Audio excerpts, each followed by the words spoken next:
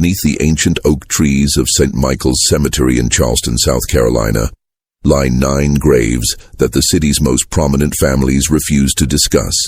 Each headstone bears the name of a wealthy plantation owner who died between 1851 and 1855, all under mysteriously similar circumstances, sudden paralysis followed by what physicians of the time called merciful death. But in 1923, when the cemetery underwent renovation, groundskeepers made a horrifying discovery that city officials immediately ordered sealed from public record. Inside each of those 9 coffins, the wooden lids bore deep scratch marks from fingernails, and the bodies lay in positions suggesting desperate struggles. What the authorities found next would haunt Charleston's elite for generations. A leather journal buried beneath the cemetery's oldest magnolia tree, written in the careful handwriting of a man named Solomon Fairfax, detailing 4 years of calculated revenge that began with a family's screams and ended with 9 men buried alive.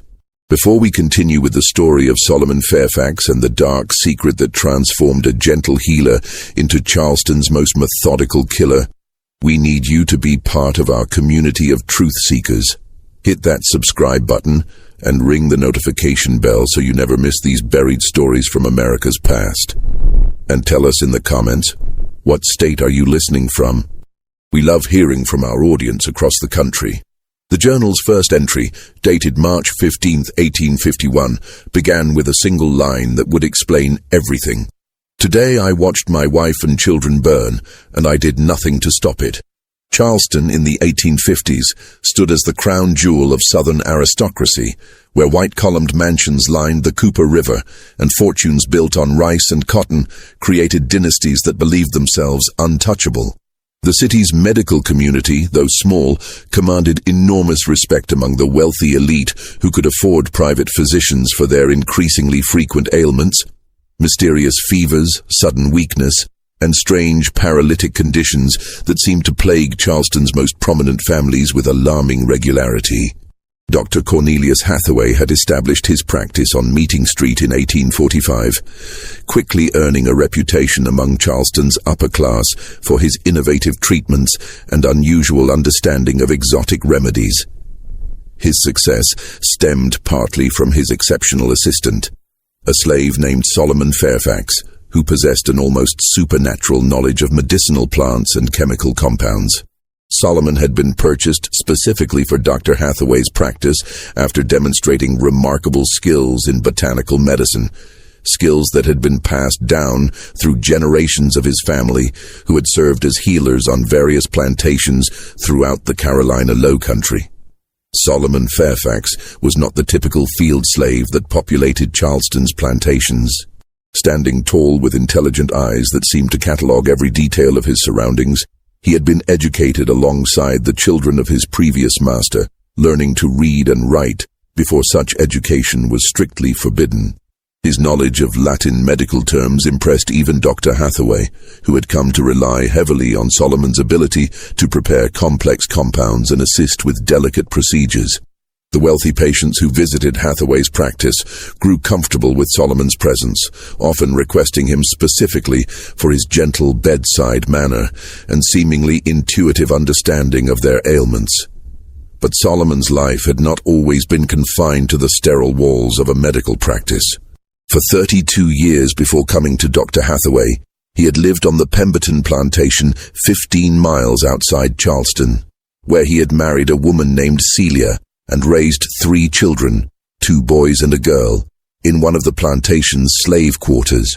The Pembertons had allowed this arrangement because Solomon's healing skills proved invaluable during the frequent outbreaks of fever and disease that could devastate a plantation's workforce overnight.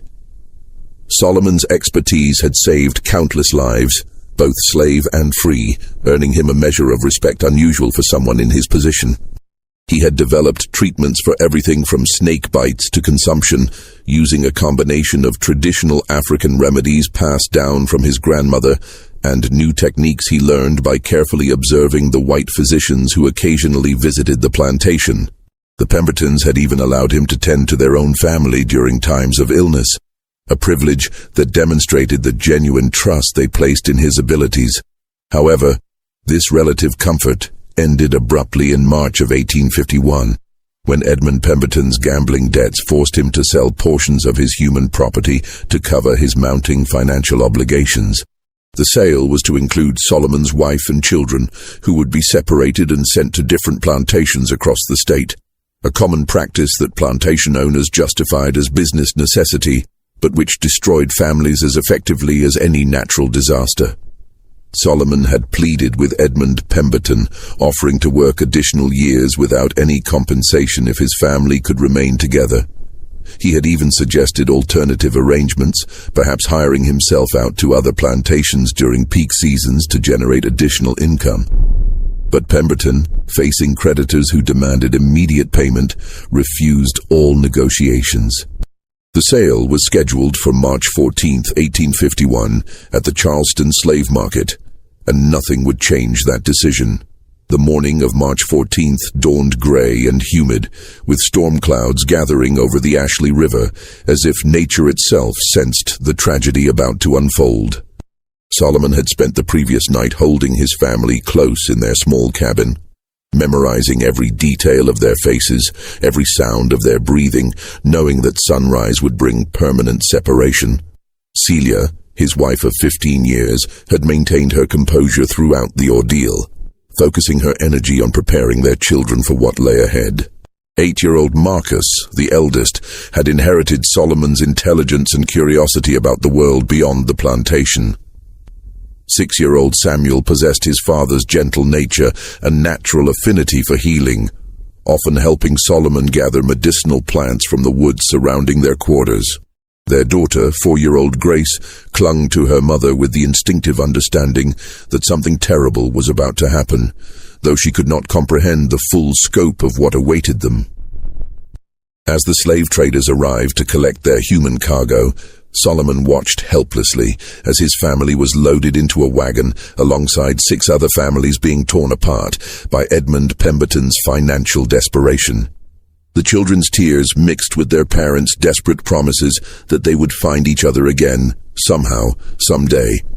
Promises everyone knew were lies designed to ease unbearable pain.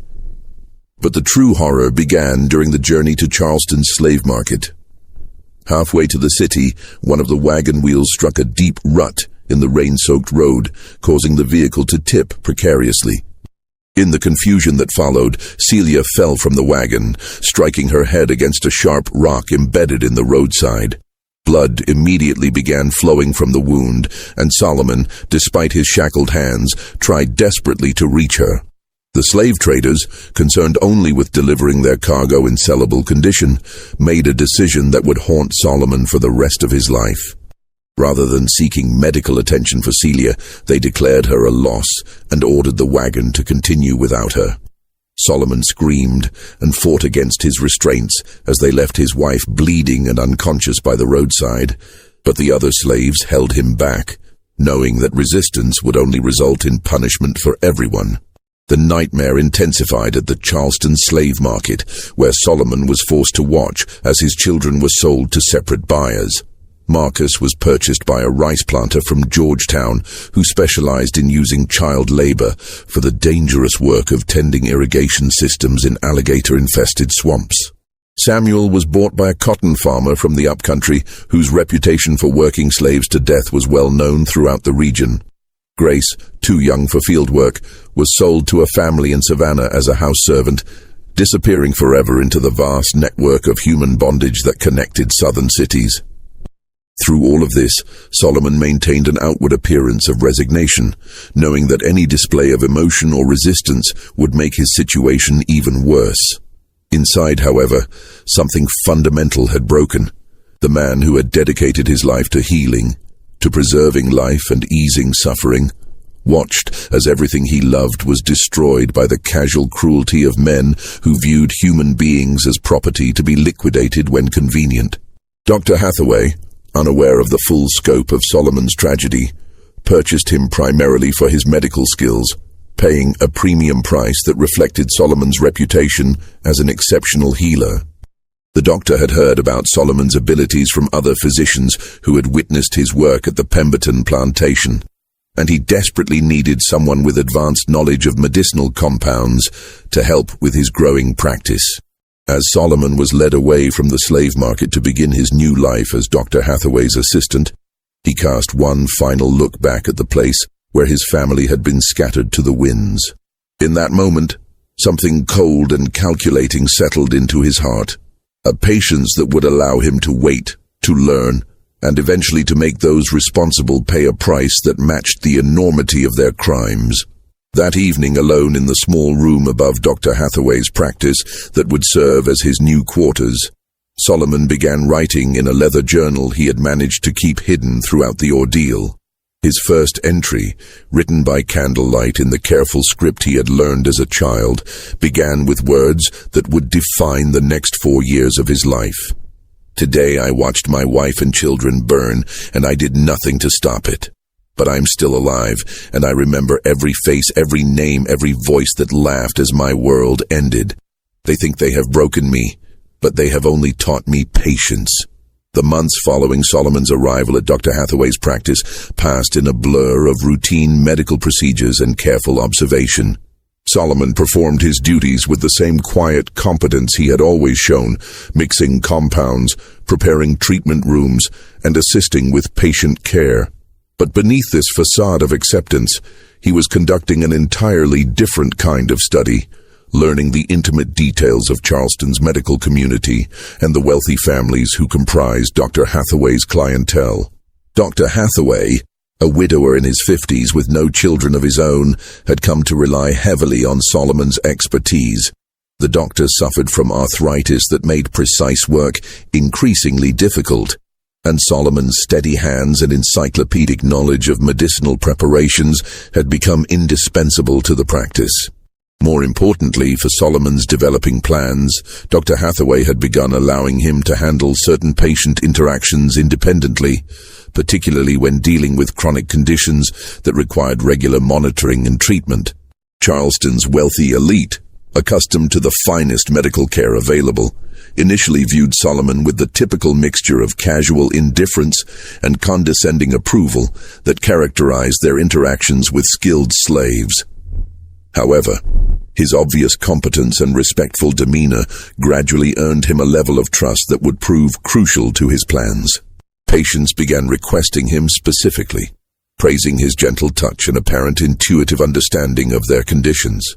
During this period, Solomon methodically researched the backgrounds of every wealthy family that visited the practice. He learned about their business dealings, their social connections, and most importantly, their involvement in the slave trade that had destroyed his family.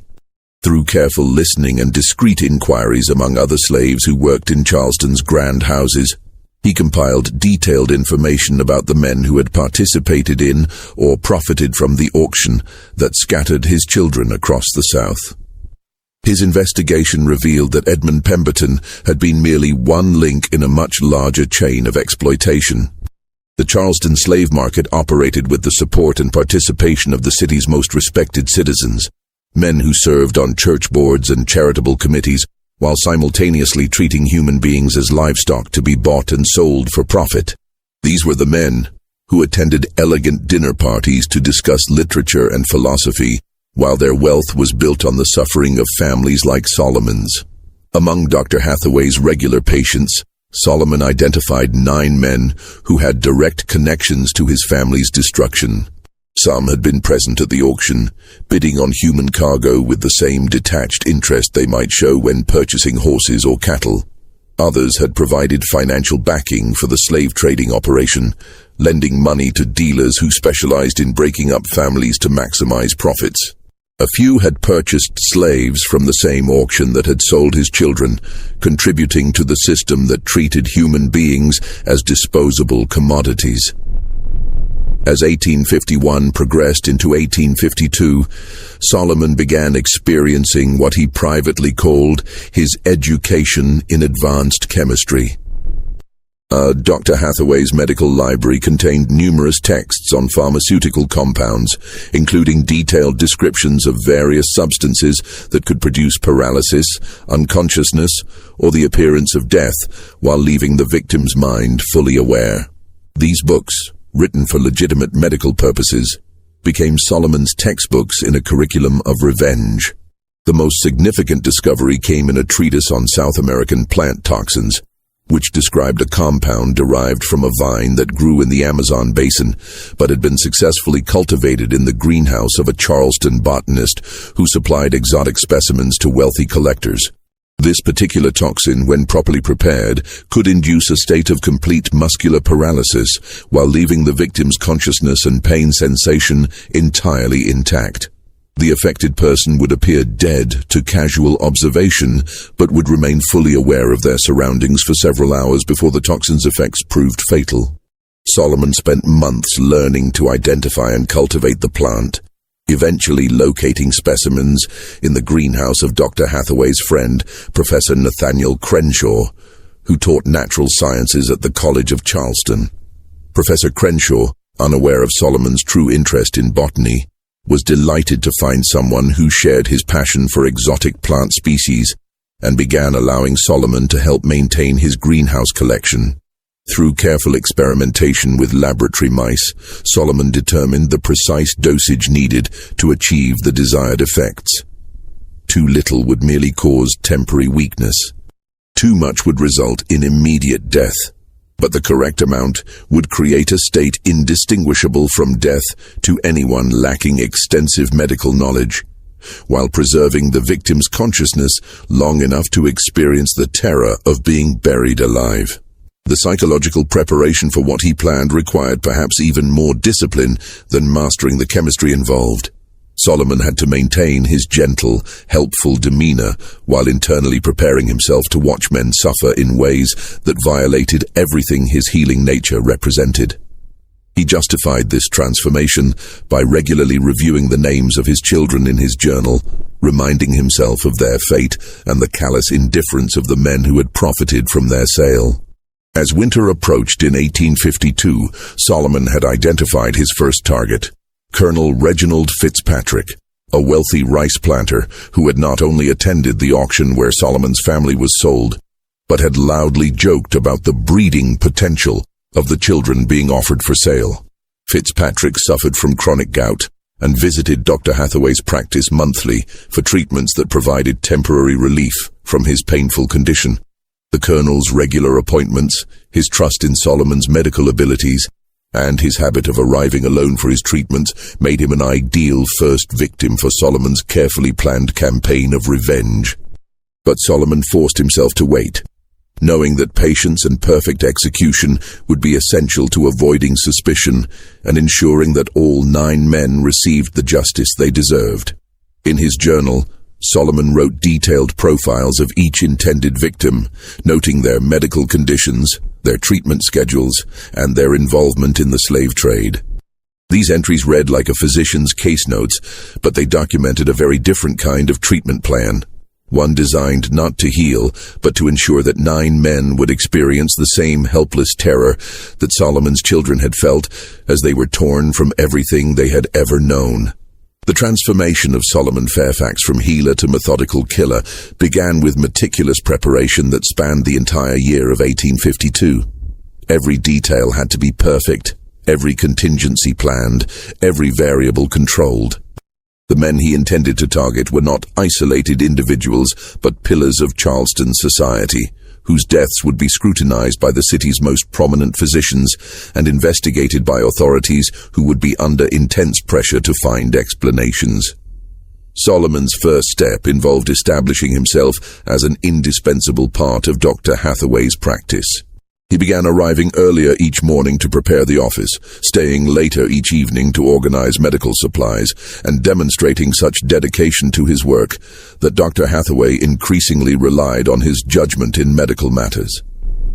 This growing trust would be essential when Solomon needed to handle certain patients independently without the doctor's direct supervision.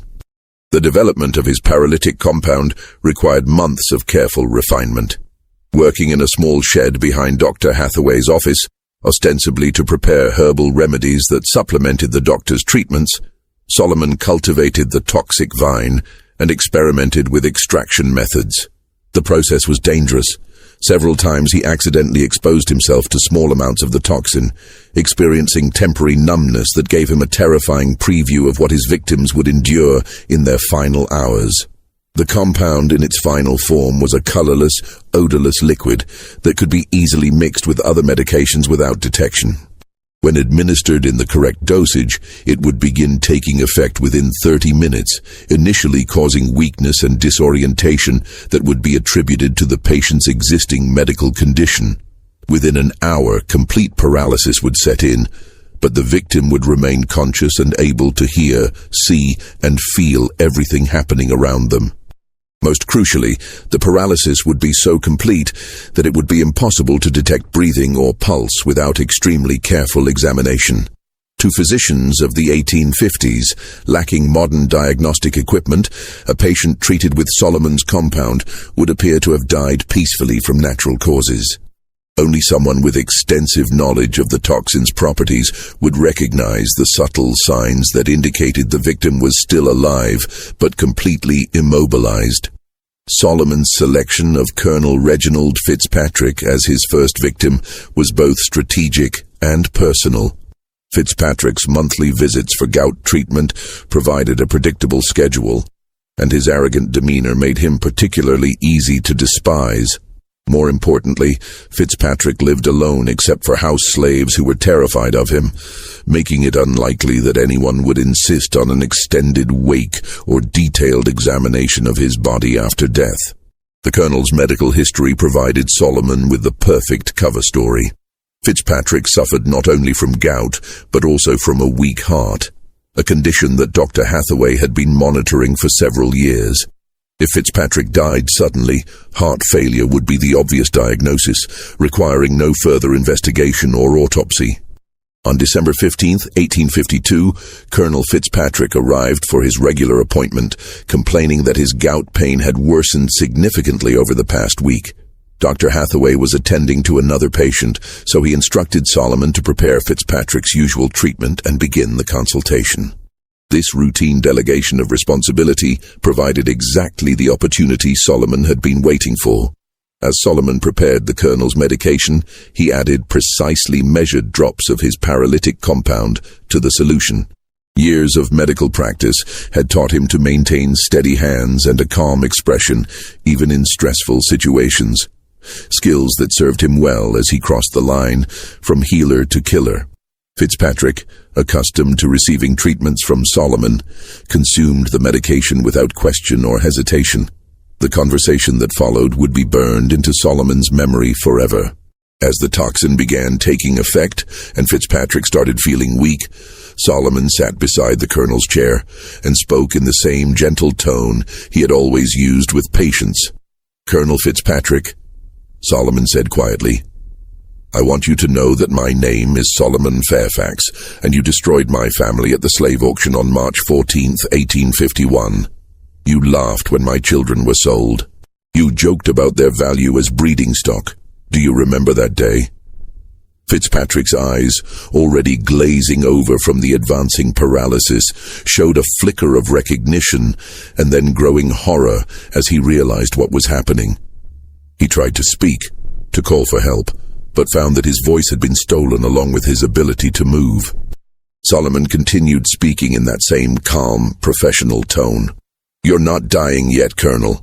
The medicine I gave you has paralyzed every muscle in your body, but your mind is completely clear. You can hear every word I'm saying. You can feel everything that's happening to you. In about an hour, Dr. Hathaway will examine you and pronounce you dead from heart failure. Your body will be prepared for burial, and tomorrow evening you'll be placed in your coffin and buried in St. Michael's Cemetery." Solomon leaned closer, ensuring that Fitzpatrick could see his face clearly. "But you won't actually die until several hours after you're buried. You'll be completely aware as the dirt is shoveled onto your coffin. You'll hear every sound, feel every sensation, and have plenty of time to think about what you did to my children. That's when you'll understand what terror really feels like. The paralysis was now complete.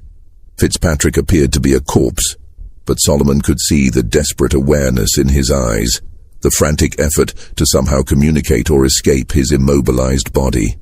Solomon checked the colonel's pulse and breathing with professional thoroughness, confirming that both were so faint as to be undetectable without specialized instruments. When Dr. Hathaway entered the treatment room 5 minutes later, he found Solomon standing respectfully beside what appeared to be Colonel Fitzpatrick's body, his expression showing appropriate concern and sadness. "I'm afraid the colonel has passed, Doctor," Solomon reported quietly.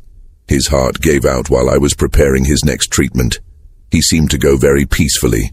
Dr. Hathaway's examination confirmed Solomon's diagnosis.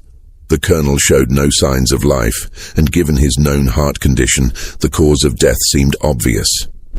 Within an hour, the body was removed to Fitzpatrick's mansion, where arrangements were made for a funeral, befitting one of Charleston's most prominent citizens. Solomon attended the funeral, standing respectfully in the section designated for slaves, while Colonel Fitzpatrick's coffin was lowered into the ground.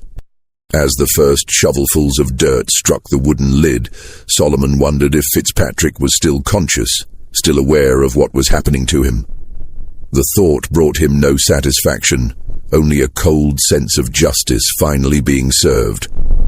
That evening, Solomon made the second entry in his journal. "Colonel Fitzpatrick has paid for his crimes. 8 more remain. Justice is patient, but it is also certain." The months following Colonel Fitzpatrick's burial passed with agonizing slowness as Solomon waited to see if his method had aroused any suspicion. Charleston's social circles buzzed with the expected condolences and remembrances of the colonel's contributions to the community, but no questions were raised about the circumstances of his death.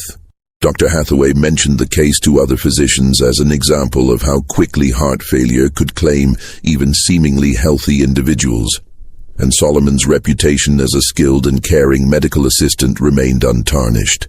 This successful execution of his first revenge gave Solomon confidence to proceed with the second phase of his plan. But it also forced him to confront the psychological toll of what he was doing. Despite years of careful preparation and absolute certainty about the justice of his cause, actually watching a man die in terror had affected him more deeply than expected. He found himself unable to sleep for weeks afterward, not from guilt, but from the vivid imagination of what Fitzpatrick had experienced in those final hours buried alive. The selection of his second victim required careful consideration of timing and method. Solomon needed to avoid establishing any pattern that might eventually attract attention, which meant varying both the intervals between deaths and the apparent causes. His research had identified Judge Marcus Calverton as an ideal second target, a man who had not only witnessed the sale of Solomon's family, but had provided legal justification for the separation of slave families, arguing in court that such practices were essential for maintaining order and maximizing economic efficiency. Judge Calverton suffered from severe migraines that had grown progressively worse over the past 2 years, forcing him to seek treatment from Dr. Hathaway on an increasingly frequent basis. The judge's condition provided Solomon with both opportunity and cover. Migraine sufferers were known to occasionally suffer fatal strokes, and Calverton's advanced age made such an outcome medically plausible. But before Solomon could implement his plan against Judge Calverton, an unexpected complication arose that nearly derailed his entire campaign of revenge. In March of 1853, Dr. Hathaway announced that he was considering taking on a junior partner, a young physician named Dr. Timothy Henderson, who had recently completed his medical training in Philadelphia and was eager to establish himself in Charleston's competitive medical community. Dr. Henderson's addition to the practice would mean increased scrutiny of Solomon's activities, more witnesses to his interactions with patients, and greater difficulty in administering his paralytic compound without detection. Even more concerning, Dr. Henderson had trained under physicians who were familiar with the latest advances in forensic medicine, including techniques for detecting unusual substances in deceased patients. Solomon realized that he would need to accelerate his timeline significantly. Rather than spacing his victims' deaths over several years as originally planned, he would need to complete his mission within months, before Dr. Henderson's presence made continued operations impossible. This compression of his schedule would require him to take greater risks and accept less than perfect conditions for some of his planned murders. The pressure to move quickly led Solomon to his first serious mistake. While preparing for Judge Calverton's treatment in April 1853, Solomon accidentally used a slightly higher dose of his paralytic compound than intended. The judge's apparent death occurred more rapidly than expected, and the intensity of the paralysis was so complete that even Dr. Hathaway noticed something unusual about the body's condition. "Strange," Dr. Hathaway murmured as he examined Judge Calverton's corpse. "The muscle rigidity seems more pronounced than typical for stroke victims. And look at his eyes. There's something almost desperate about their expression." Solomon's heart raced as he watched Dr. Hathaway conduct a more thorough examination than he had performed on Colonel Fitzpatrick. For several terrifying minutes, Solomon feared that his entire plan was about to be exposed. But Dr. Hathaway's medical training, while thorough for its time, lacked the specific knowledge needed to recognize the effects of Solomon's exotic toxin. After 15 minutes of examination, the doctor concluded that the unusual symptoms were simply the result of Judge Calverton's particularly severe stroke. "Poor man must have suffered terribly in his final moments," Dr. Hathaway observed, unknowingly describing exactly what Judge Calverton was experiencing at that very moment, paralyzed but conscious as his body was prepared for burial. Judge Calverton's funeral was attended by even more prominent citizens than Colonel Fitzpatrick's, as befitted a man who had served Charleston's legal community for over 30 years. Solomon watched from the slaves section as the judge's coffin was lowered into St. Michael's Cemetery, just 3 rows away from where Colonel Fitzpatrick lay buried. As the funeral concluded, Solomon noticed something that sent a chill through his blood. A young man standing near the back of the crowd, taking careful notes in a small leather book. The note-taker was Thomas Grimsby, a journalist for the Charleston Mercury, who had begun investigating what he privately called the prominent deaths phenomenon, a series of sudden fatalities among the city's elite that seemed statistically unlikely. Grimsby had noticed that over the past 6 months, Charleston had lost several wealthy citizens to unexpected medical emergencies, all under circumstances that were medically explainable but collectively suspicious. Solomon's journal entry for that evening reflected his growing awareness that time was running out. Judge Calverton has joined Colonel Fitzpatrick in experiencing true justice. But I fear that others are beginning to notice patterns that could threaten the completion of my mission. I must work faster, even if it means accepting greater risks. The acceleration of Solomon's timeline meant that his third victim would need to be eliminated within weeks rather than months. He selected Captain William Dandridge, a ship owner who had transported slaves from Charleston to markets throughout the South, and who had personally supervised the loading of human cargo with the same attention to detail he showed when handling valuable cotton shipments. Captain Dandridge presented unique challenges as a target. Unlike the previous victims who had visited Dr. Hathaway's office regularly for chronic conditions, Dandridge was generally healthy and only sought medical attention for minor injuries sustained during his maritime activities. Solomon would need to create an opportunity rather than waiting for one to occur naturally. The solution came through Solomon's network of contacts among Charleston's slave community.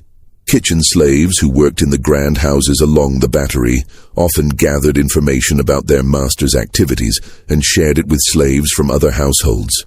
Through these informal intelligence networks, Solomon learned that Captain Dandridge was planning a dinner party for prominent members of Charleston's shipping community, scheduled for May 20th, 1853. The dinner party would provide Solomon with the perfect opportunity to eliminate his third victim while simultaneously gathering intelligence about potential future targets. Kitchen staff for such events were often borrowed from other households, and Solomon had established friendships with several slaves who worked in food preparation.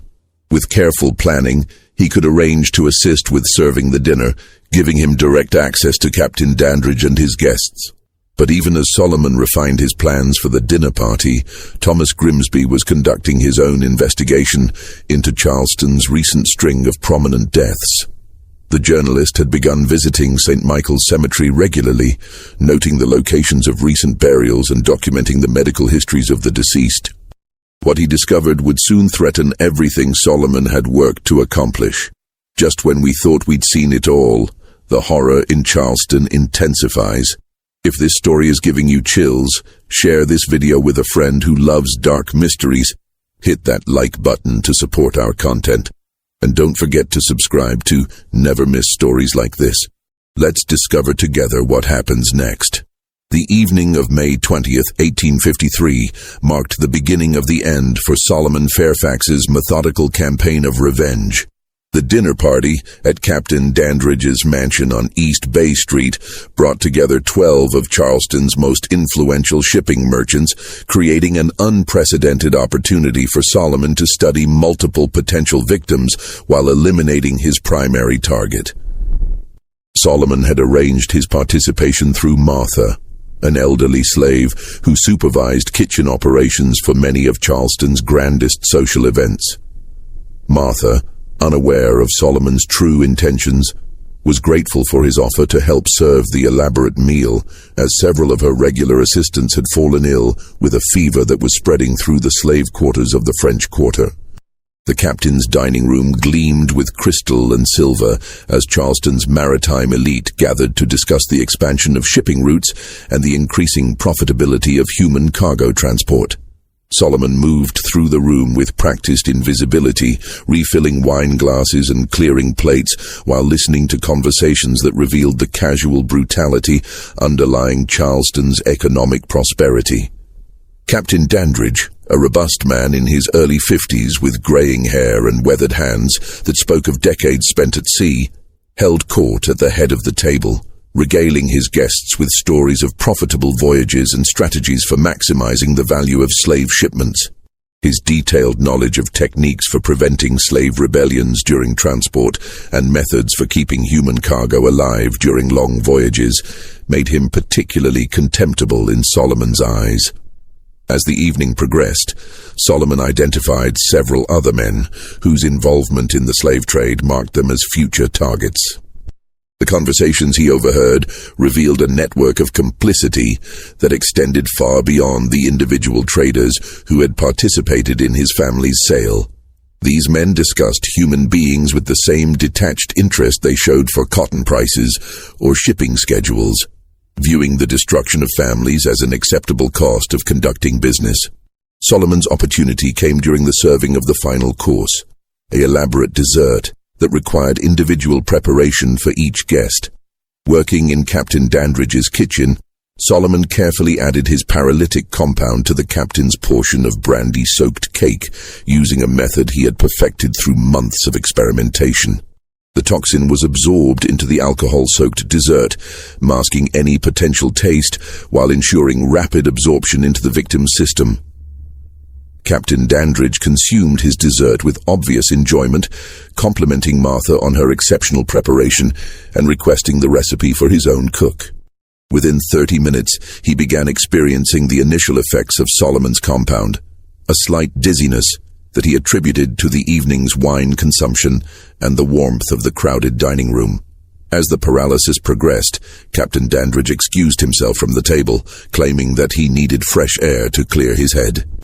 Solomon, observing from the kitchen doorway, watched as the captain made his way to his private study, where he collapsed into his favorite leather chair just as the toxin reached full effect.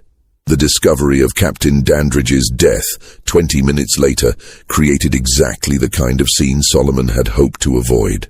Instead of dying quietly in the privacy of Dr. Hathaway's office, the captain had expired in front of 12 witnesses who immediately began demanding answers. Dr. Samuel Pettigrew, one of the dinner guests, examined the body while the others looked on with growing alarm. "This is most peculiar," Dr. Pettigrew announced after his initial examination. Captain Dandridge appears to have suffered some form of seizure, but there are no obvious symptoms of apoplexy or heart failure. The muscle rigidity is quite pronounced, almost as if he had been poisoned. The word poisoned sent a shock through the assembled guests and created exactly the kind of attention Solomon had been working to avoid. Within an hour, 2 additional physicians had been summoned to examine Captain Dandridge's body, and by morning, news of the suspicious death had spread throughout Charleston's social circles. Thomas Grimsby, the journalist who had been tracking the series of prominent deaths, arrived at Captain Dandridge's mansion before dawn, interviewing servants and guests while the details of the evening were still fresh in their memories. His investigation revealed that Solomon had been present at the dinner party, marking the first time that any individual could be connected to multiple recent deaths of Charleston's elite. The net was closing around Solomon, but his mission remained incomplete. 6 of his intended victims were still alive, and the increasing scrutiny made it unlikely that he would have opportunities to eliminate them using his established methods. Desperation and the knowledge that his time was running out led Solomon to make the most dangerous decision of his campaign. He would attempt to kill multiple targets simultaneously, using a method that would ensure maximum terror, even if it meant exposing himself to almost certain capture. Solomon's research had identified a private meeting scheduled for June 15, 1853. When 6 of Charleston's most prominent slave traders would gather at the offices of Henderson and Associates to finalize contracts for a major expansion of their operations. The meeting would take place in the evening, after normal business hours, providing Solomon with an opportunity to trap all 6 men in a confined space. The plan he developed was both ingenious and terrifying in its simplicity. Working at night over the course of 2 weeks, Solomon used his access to medical supplies to prepare a large quantity of his paralytic compound in a highly concentrated form. Instead of administering the toxin individually to each victim, he would introduce it into the building's air supply using the gas lighting system that illuminated the office. The Henderson and Associates building employed a central gas distribution system that fed individual lamps throughout the structure. By injecting his concentrated toxin into the main gas line, Solomon could ensure that everyone in the building would be exposed to lethal doses of the compound within minutes of the lamps being lit for the evening meeting. On the night of June 15th, Solomon positioned himself in the alley behind the Henderson and Associates building, waiting for the 6 men to arrive for their clandestine meeting. At exactly 8 o'clock, the office windows began glowing with gas lamplight, indicating that the meeting had begun and Solomon's trap was being activated. Within 30 minutes, the building fell silent. Solomon waited another hour to ensure that the paralysis had taken complete effect before using a duplicate key he had obtained through careful planning to enter the building through the rear entrance. The scene that greeted him in the main conference room was both horrifying and satisfying.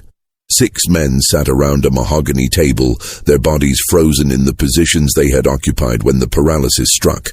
Their eyes, the only part of their anatomy still capable of movement, tracked Solomon as he moved around the room, revealing the terror and awareness trapped within their immobilized bodies. Solomon approached each man individually, speaking in the same calm, professional tone he had used with his previous victims. He identified himself and explained exactly what was happening to them, describing in clinical detail how they would remain conscious throughout their burial and the hours of suffocation that would follow.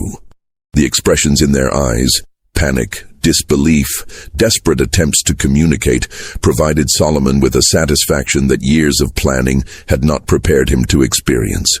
But Solomon's moment of triumph was short-lived. As he prepared to leave the building and allow the victims to be discovered the following morning, he heard footsteps in the corridor outside the conference room. Someone else was in the building, someone who was not supposed to be there according to Solomon's careful surveillance of the meeting. The door opened to reveal Thomas Grimsby, the journalist who had been investigating Charleston's recent string of suspicious deaths. Grimsby had been following leads that pointed to tonight's meeting as a crucial piece of his investigation. and he had arrived just in time to witness Solomon standing over 6 apparently dead bodies. "So it's true," Grimsby said quietly, his voice showing a mixture of horror and vindication. "Someone has been systematically murdering Charleston's elite, and you're the one responsible." Solomon realized that his careful plans had finally unraveled completely. There was no way to explain his presence in the room or the convenient death of 6 men who had been his targets. The journalist's investigation had led him to the same conclusion that would soon be reached by Charleston's authorities. Someone with access to medical knowledge and detailed information about the victims' schedules had been conducting a methodical campaign of murder. "They destroyed my family," Solomon said simply, making no attempt to deny his responsibility. "They sold my children like cattle and left my wife to die by the roadside. This is justice, not murder." Grimsby's response revealed the complexity of Charleston's racial dynamics, even in the face of obvious crime. As a journalist, he was committed to exposing the truth about the murders. As a Southerner, he understood the brutal realities of the slave system that had motivated Solomon's revenge. The conflict between these perspectives created a moment of hesitation that would determine both men's fates. "Those men in there," Grimsby said, gesturing toward the paralyzed victims. "They're still alive, aren't they? That's why their eyes are moving. You've done something to them that makes them appear dead while keeping them conscious." Solomon nodded, seeing no point in denying what was obviously true. "They'll experience exactly what my children felt when they were torn away from everything they knew. They'll have hours to think about what they did, just as my family had hours to contemplate their fate during that wagon ride to the slave market." The conversation that followed would be recorded in Grimsby's own journal, discovered decades later during the renovation of his former residence. The journalist found himself caught between his professional obligation to expose a mass murderer and his human understanding of the injustices that had created that murderer. "I can't let you continue," Grimsby said finally. "But I also can't ignore what drove you to this. Those men participated in a system that treats human beings as property. They profited from breaking up families and selling children. In any just society, they would face consequences for those actions." Solomon's response revealed the philosophical framework that had sustained him through 4 years of planning and execution. "In a just society, my family would never have been destroyed in the first place. Since justice was denied to us through legal means, I created my own justice through the knowledge that their system taught me." The standoff between Solomon and Grimsby was interrupted by the sound of approaching voices outside the building. Other people were coming to investigate the meeting, either because they had been expected to attend or because someone had noticed unusual activity in the building. Both men realized that within minutes the scene would be discovered and Solomon's fate would be sealed. "There's a back stairs," Grimsby said quietly. "You could still escape. I could delay reporting this for a few hours, give you time to reach the countryside." But Solomon had already accepted that his mission would end with his capture or death. 9 men had been responsible for his family's destruction, and he had managed to eliminate only 6. The remaining 3 would live to profit from their crimes, and the system that had created those crimes would continue unchanged. "I'm not running," Solomon said with the same calm certainty that had characterized all his actions. "Let them come. Let them discover what I've done. Maybe when this story spreads, other people will understand that even slaves have limits to what they'll endure in silence." The voices outside grew louder, accompanied by the sound of multiple footsteps on the building's front stairs. Grimsby made a decision that would haunt him for the rest of his life. He chose to protect his story rather than protect Solomon. The journalist positioned himself to observe and document what happened next, ensuring that he would be able to provide a complete account of Solomon's capture and the discovery of his victims. When Charleston's city constables burst into the conference room, they found a scene that defied immediate explanation. 6 prominent citizens sat motionless around a conference table, apparently dead, but showing none of the typical signs of natural death. Standing calmly beside the table was a slave who made no attempt to flee or resist arrest, instead offering a complete confession of his actions and a detailed explanation of his methods. Solomon's confession, recorded by the chief constable and preserved in Charleston's criminal archives, provided authorities with information that solved not only the evening's multiple deaths, but also the mysterious fatalities that had puzzled the city's medical community for nearly 2 years. The paralytic compound, the method of administration, the selection of victims based on their involvement in slave trading, everything was documented with the same methodical precision that had characterized Solomon's campaign of revenge. The trial of Solomon Fairfax became one of the most controversial legal proceedings in Charleston's antebellum history, not because of any doubt about his guilt, but because of the moral questions his case raised about slavery, justice, and the limits of human endurance.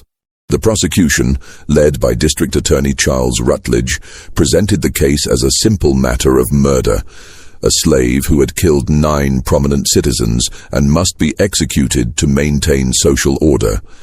The defense, appointed by the court and led by the reluctant attorney Benjamin Crawford, faced the nearly impossible task of defending a client who had confessed to multiple murders while arguing that those murders were justified by the systematic destruction of his family. Crawford's strategy focused not on denying Solomon's guilt, but on exposing the brutal realities of the slave system that had created the conditions for such desperate revenge. The trial revealed details about Charleston's slave trade that had previously been hidden from public view. Testimony about the methods used to separate families, the casual cruelty of slave auctions, and the complete legal powerlessness of enslaved people created an uncomfortable mirror for a society that preferred to view slavery as a benevolent institution. Solomon's detailed testimony about watching his family destroyed while being unable to intervene forced Charleston's elite to confront the human consequences of their economic system. Thomas Grimsby's coverage of the trial for the Charleston Mercury created a sensation throughout the South. His articles, which included extensive excerpts from Solomon's journal and detailed descriptions of the paralytic compound, were reprinted in newspapers from Virginia to Louisiana. The story of the slave who had turned his medical knowledge into an instrument of revenge became a source of fascination and terror for slave owners throughout the region. The medical aspects of Solomon's crimes received particular attention from the scientific community. Dr. Hathaway, devastated to learn that his trusted assistant had used the practice as a base for murder, provided detailed testimony about Solomon's pharmaceutical knowledge and access to exotic compounds. The revelation that slaves could possess sophisticated understanding of chemistry and toxicology challenged prevailing assumptions about their intellectual capabilities and sparked debates about the wisdom of educating enslaved people. The 6 men who had been paralyzed in the Henderson and Associates building provided the most dramatic testimony of the trial. All had survived their ordeal, though their experiences varied in horror depending on how long each had remained conscious after their apparent death. Their accounts of lying paralyzed while fully aware, hearing their own death pronounced and funeral arrangements discussed, created a visceral understanding of Solomon's revenge that mere legal arguments could not convey. Colonel Harrison Vance, one of the survivors, described the psychological torture of his experience. "I could hear everything, feel everything, but I could not move so much as an eyelid. When my wife wept over my body, I wanted desperately to comfort her, to let her know I was still alive. But I was trapped inside my own corpse, completely helpless while arrangements were made for my burial." If Solomon Fairfax had intended to show me what terror felt like, he succeeded beyond measure. The revelation that 3 of Solomon's earlier victims, Colonel Fitzpatrick, Judge Calverton, and Captain Dandridge, had been buried while still alive, created a public outcry that extended far beyond Charleston's boundaries. Families throughout the South began questioning whether their own deceased relatives had actually died naturally or had been victims of similar poisoning. The demand for exhumations and post-mortem examinations overwhelmed Charleston's medical community, and created a climate of suspicion that lasted for years. Solomon himself remained calm and articulate throughout the proceedings, showing no remorse for his actions, while expressing regret only that he had been unable to complete his mission against all 9 of his intended victims. His final statement to the court provided a chilling summary of his motivations and methods. "I was trained to preserve life and ease suffering. But when this society destroyed my family while calling it legal and proper, I learned that the same knowledge used to heal can also be used to ensure justice. I do not ask for mercy, because no mercy was shown to my wife and children. I ask only that when you condemn me, you remember that I am not the one who created the system that makes such revenge necessary." The jury's deliberation lasted less than an hour. Solomon Fairfax was found guilty on all counts and sentenced to death by hanging, a verdict that surprised no one given the magnitude of his crimes and the social necessity of maintaining order in a slave-holding society. However, the speed of the conviction did not resolve the moral questions his case had raised about slavery, justice, and the humanity of enslaved people. Solomon was executed on October 15, 1853, before a crowd of over 2,000 people who had gathered to witness the death of Charleston's most notorious criminal. His final words, spoken from the gallows with the same calm certainty he had shown throughout his trial, were recorded by Thomas Grimsby and published in newspapers throughout the South. "I die knowing that 9 men experienced the terror my children felt when they were sold away from everything they loved. That knowledge makes my death worthwhile. But this system that creates such desperation will continue, and other families will suffer as mine did. When that happens, remember that even the most patient man has limits to what he will endure in silence." Solomon's body was buried in an unmarked grave outside Charleston city limits, in accordance with laws prohibiting the interment of executed criminals in consecrated ground. But his journal, confiscated as evidence during the trial, was never returned to authorities after the proceedings concluded. Thomas Grimsby, who had been allowed to examine the journal during his coverage of the trial, had made extensive copies of its contents before returning the original to the court clerk. Years later, when Grimsby was preparing his memoirs, he decided to bury Solomon's journal beneath the magnolia tree in St. Michael's Cemetery, near the graves of the men Solomon had killed.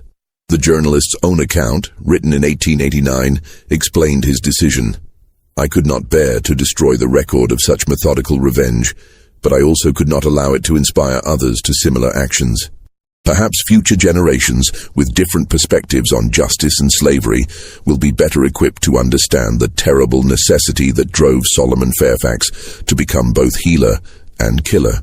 The discovery of Solomon's journal in 1923, during the cemetery renovation that revealed the scratch marks inside 9 coffins, provided the final confirmation of a story that had passed into legend.